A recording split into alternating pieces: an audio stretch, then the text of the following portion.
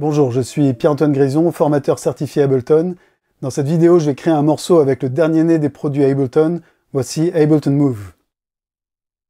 Donc voilà, quand on démarre Move, on est accueilli par cette fenêtre qui montre tous les sets qu'on a utilisés. Donc on peut en avoir jusqu'à 32 maximum.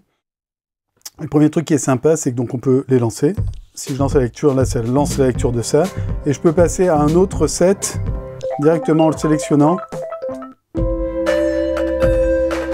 Vous voyez, ça c'est un truc que je trouve sympa par rapport à Live ou à Push, c'est que virtuellement on peut avoir 32 sets chargés en même temps et juste passer de l'un à l'autre directement. Ils sont tout le temps ouverts en fait. Donc voilà, donc on va commencer par créer un nouveau set. Donc je vais par exemple choisir cet emplacement vide. Et quand on fait ça, automatiquement, donc on a les 4 pistes qui sont ici. Pour rentrer dans le set, il suffit de sélectionner les pistes. Et donc voilà, là j'ai une piste de drums, on reconnaît un drum rack, un instrument mélodique, et les sons qui sont choisis sont aléatoires. Donc on part tout de suite, on est prêt à choisir. On a quelque chose proche d'une 808, là, ça me conviendra, je pense. Ici, on a une basse un peu 8 bits. Ok, là, on a quelque chose un peu, un synthé polyphonique. Et ici, un synthé lead. Et voilà, donc les sons sont aléatoirement donnés. On pourra naturellement les changer plus tard.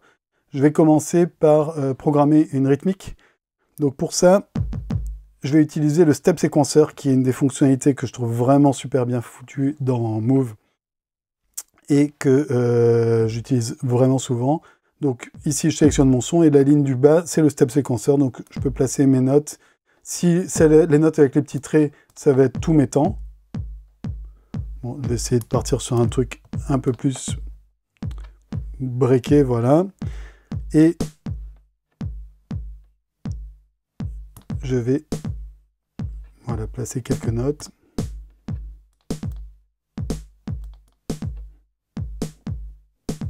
Bon, on va partir sur quelque chose d'un peu plus classique. Ici.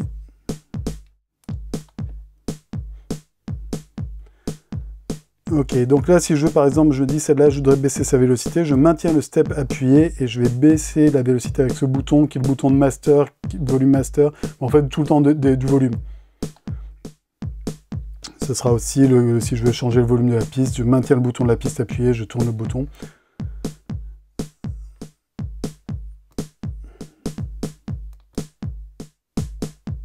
Ok, bon, je vais laisser ça comme ça, je vais rajouter un charlet peut-être. Et pour l'enregistrer, celui-là, je vais utiliser le mode repeat. Donc quand je maintiens les 3 petits points appuyés, là j'ai accès à plein de fonctions supplémentaires. Donc le premier bouton, ça va me ramener à ma page de chargement des sets. Je retourne dans la piste. Ici, on a des réglages plus fonctionnels, c'est-à-dire le niveau de batterie, les mises à jour, la mise en place du Wi-Fi, etc. Là, on a des réglages plus musicaux, la quantification, le niveau de résolution de la grille du step séquenceur, et d'autres options.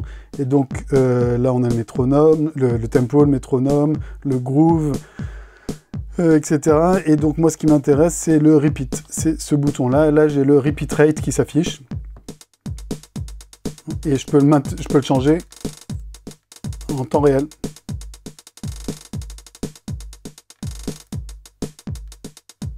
Et là en fait je viens d'enregistrer des choses, donc si je fais capture, j'ai exactement ce que j'ai fait. Je pense que je vais regarder la longueur de ma boucle, donc c'est ce bouton-là. Si je maintiens appuyé, non, j'ai une longueur de boucle de 1 mesure. Je peux la dupliquer si je veux la rendre un peu plus longue. Donc là, il faut que je fasse attention parce que j'ai repeat qui est activé. Je vais le mettre off et je vais faire shift et les 3 petits points c'est shift. Et ce bouton-là qui va me doubler la longueur de ma boucle. Et je vais peut-être, donc je réactive mon repeat.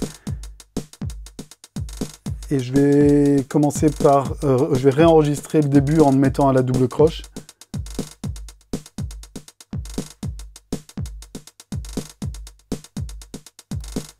Ok, c'est pas mal.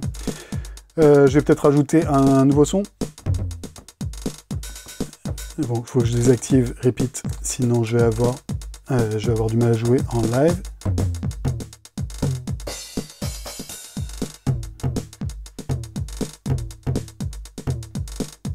Ok, j'ai fait capture, donc direct.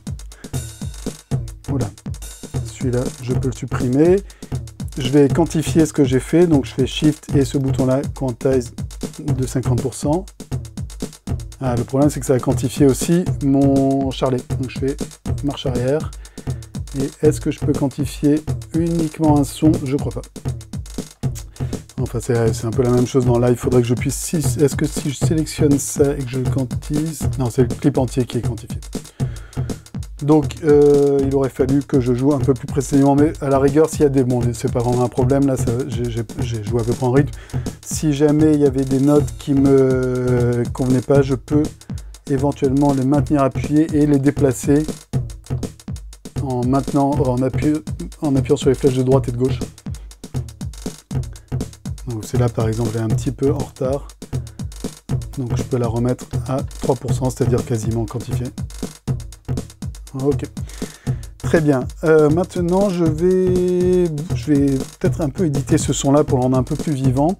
Alors je vais essayer de trouver un paramètre qui lui donne, qui change un peu son son. Donc pour voir les paramètres de mon son, je touche les boutons, donc transpose.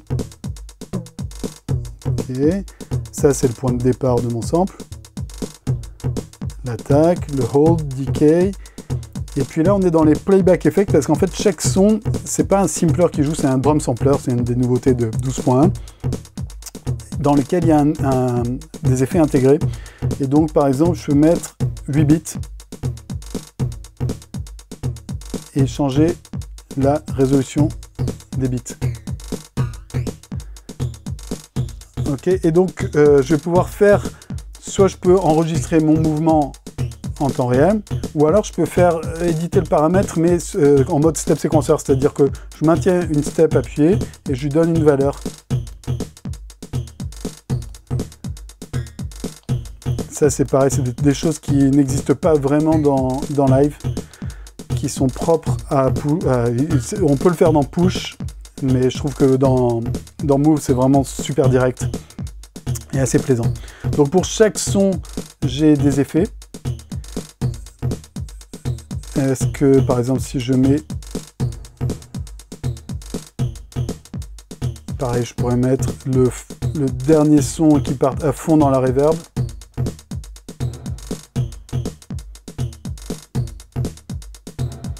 Ok, donc vous voyez un peu l'idée. Maintenant, bon, le fait qu'il y ait tout le temps le charlet, ça me fatigue un petit peu, donc je vais faire un nouveau clip qui est sans le charlet. Donc je vais pour ça aller en session, donc ce bouton-là me permet d'aller en session. Donc là on voit le clip que je suis en train d'éditer, et je vais le dupliquer.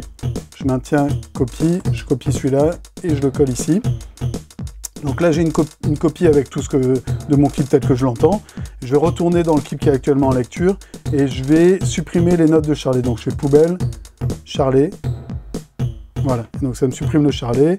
Si les notes en tout cas. Si je lance ce clip là je récupère mon charlet. Ok, donc maintenant je vais passer à la basse. Donc là, je peux jouer des choses, capturer, enregistrer, mais je peux aussi utiliser le step séquenceur. Donc je choisis une note, je vais placer quelques notes.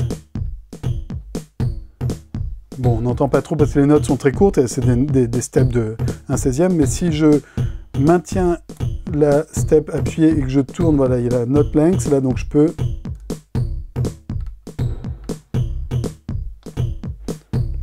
Je peux rallonger la longueur de la note.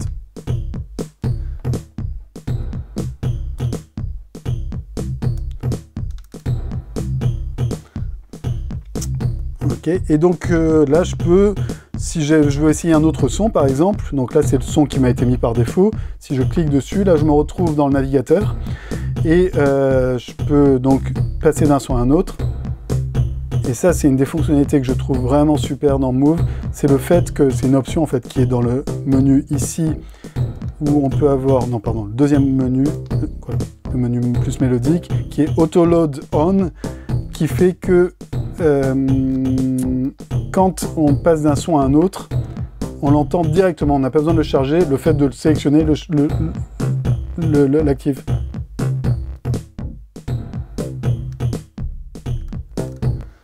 Ok, donc là je vais essayer de trouver d'autres sons de basse. Donc là, je suis revenu un cran en arrière. J'ai les sons de drums, de basse, brass, et toutes les catégories qu'on retrouve, une partie des catégories de live, on les a ici. Donc là j'ai tous mes sons de basse.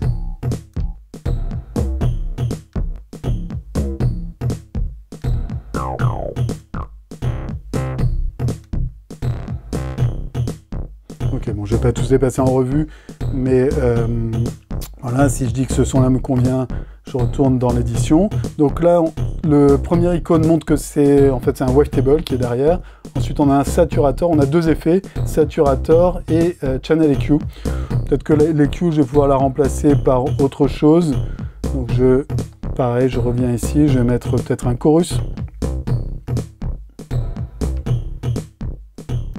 Chorus basse, c'était pas mal. Et vous voyez, donc j'ai pas besoin de l'activer, en fait, le fait de le sélectionner le met en place. Et voilà, maintenant j'ai mon chorus, dont j'ai différents paramètres qui peuvent être ici modifiés. Je vais mettre un peu plus de feedback. Ok. Donc ça c'est plutôt pas mal. Qu'est-ce que je peux changer là-dessus? Pour le moment, ça me va. Je vais passer à la piste de synthé de polyphonique pour faire des pads, des accords.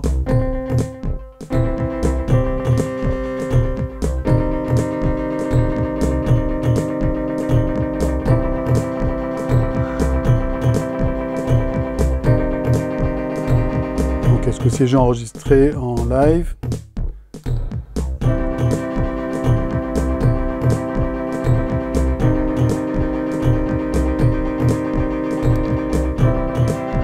Donc bon, un peu comme si on enregistrait un clip, hein, il n'y a rien de sensationnel là-dessus. Je vais le quantifier parce que je veux que ma LFO soit synchronisée. J'entends qu'il y a une LFO, hein, voilà, je vais l'accepter. Mais je ne sais pas si je peux changer sa vitesse, j'ai pas l'impression. Peut-être que j'ai des paramètres supplémentaires. Non. Les paramètres supplémentaires, je crois que c'est que pour les drum samplers. Là, j'ai un chorus, j'ai une reverb et non, quand je suis là-dessus, non, ça c'est mes presets.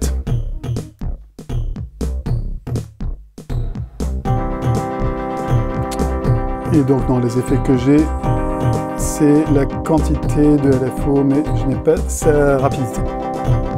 Ça, c'est en fait un problème qu'on peut rencontrer, qui est donc les effets qui ont été assignés ont été faits par Ableton. On peut importer ses propres presets depuis Live, donc éventuellement modifier ça, mais il faut passer par Live pour ça. Donc, prochaine étape, je relance la lecture. Là, j'ai ma piste.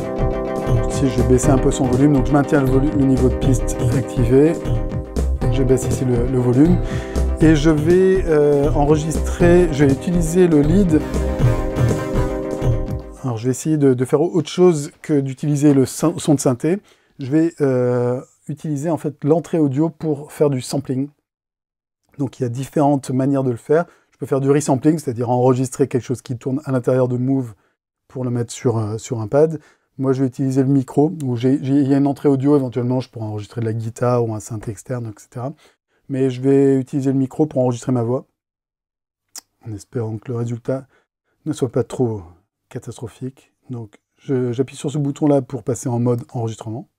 Et il faut que je choisisse... Là, je suis en mode resampling. Donc, si je veux utiliser le micro, il faut que j'appuie dessus. Et donc là, on passe en enregistrement du micro. On voit le niveau de gain que je peux changer. Et donc, pour commencer l'enregistrement, il va falloir que j'appuie sur un pad et que je produise du son avec ma voix. Oh. Alors, le problème, c'est que j'ai pas fait du son tout de suite. Donc, je vais pouvoir ici éditer le point de départ du sample. Ok, ça c'est bon. Et maintenant, naturellement, je peux le jouer à différentes hauteurs. Et je vais pouvoir le step séquencer.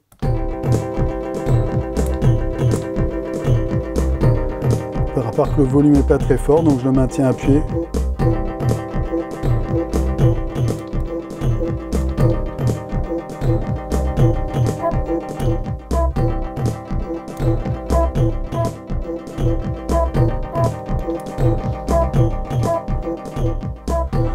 Si je veux changer sa hauteur, là j'ai un bouton transpose. Si je fais Shift et le bouton, là je suis en detune, c'est-à-dire j'ai une transposition un peu plus fine. Ok, et donc il y a des effets qui se sont mis en place. J'ai un delay et j'ai une reverb. Alors je vais sélectionner le delay et je regarde. Donc encore une fois, chaque fois que je choisis un effet, j'ai tous les réglages possibles pour cet effet. Là je vais mettre le dry wet pour pouvoir entendre le delay. Et le deuxième effet, plutôt que de mettre une reverb, je vais transformer un peu le son qui sort du delay. Donc j'appuie dessus et là, retour. Et je vais prendre par exemple un flanger, ouais, ça peut être pas mal.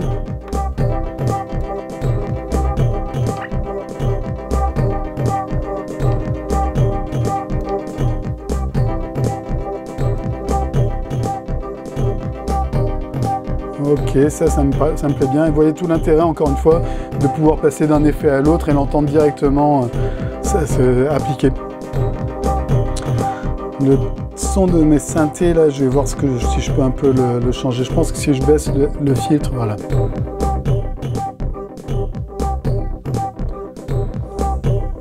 Et peut-être que je peux faire une automation pour avoir cet effet-là. Ok, je vais enregistrer mon mouvement là.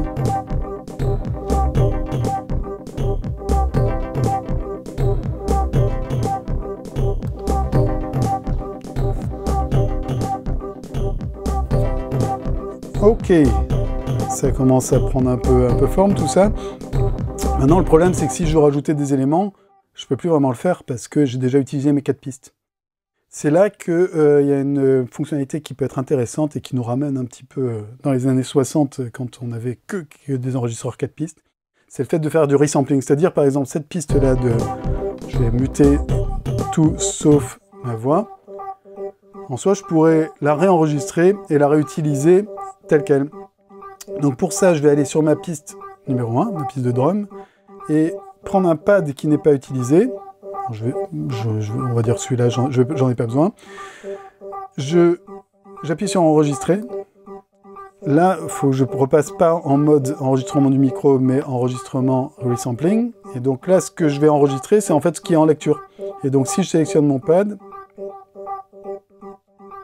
là, je suis en train d'enregistrer ce que j'entends. Donc maintenant, je vais muter ma piste de voix, de sampling. Je démute mon drum rack. Et si je joue ce pad,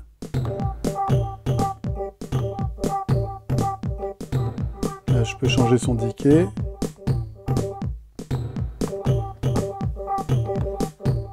Là, le hold, ça va être la longueur quand je laisse appuyer.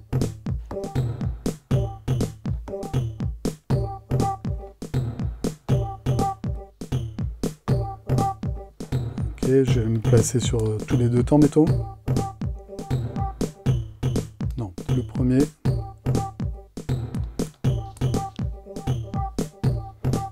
Vous voyez, donc on peut même se servir de quelque chose qu'on a créé sur une piste de manière un peu créative. Là, vu que ce son-là est maintenant sur un drum sampler, j'ai accès à tous les effets du drum sampler.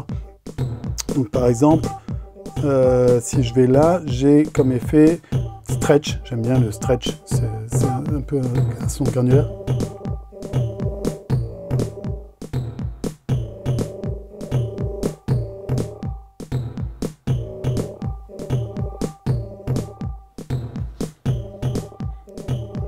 Si je maintiens ici, j'ai deux banques. La première, c'est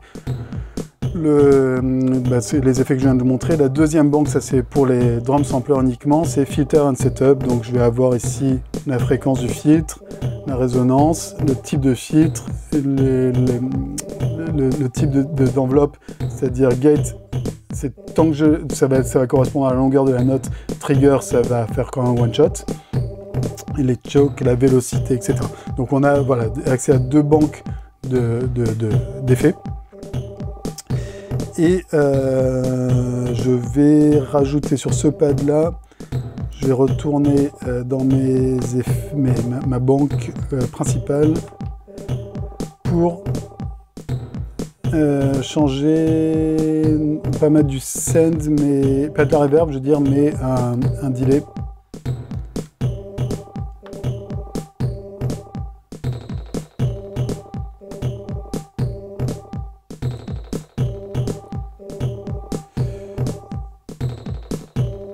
Donc en fait ça c'est les effets qui sont communs à tout le drum rack, donc c'est pour ça que ça a changé sur la Casper. Et je trouve ça pas mal en fait. Il suffit maintenant que j'envoie ah c'est parce que je suis sur le pad 3 en fait.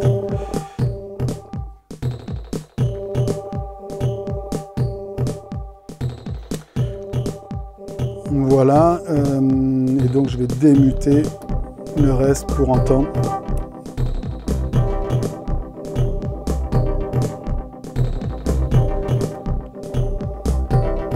Alors peut-être sur mes synthés, en fait l'accord mineur qui me convient pas tout à fait, je vais changer la position de la boucle, donc je maintiens ce bouton appuyé. Donc là on voit les différentes mesures. Là c'est la position, la 4e mesure. Je vais mettre en boucle, je peux le faire ici, par exemple dire 2 bars ou directement à partir du sampler, du séquenceur je veux dire, du step séquenceur. Mettre juste une boucle sur une mesure. Voilà, j'espère que cette vidéo vous aura montré une partie des possibilités qu'offre Ableton Move. C'est un produit qui est très direct, instinctif, amusant et qui libère vraiment la créativité, et j'espère que ce sera aussi le cas pour vous.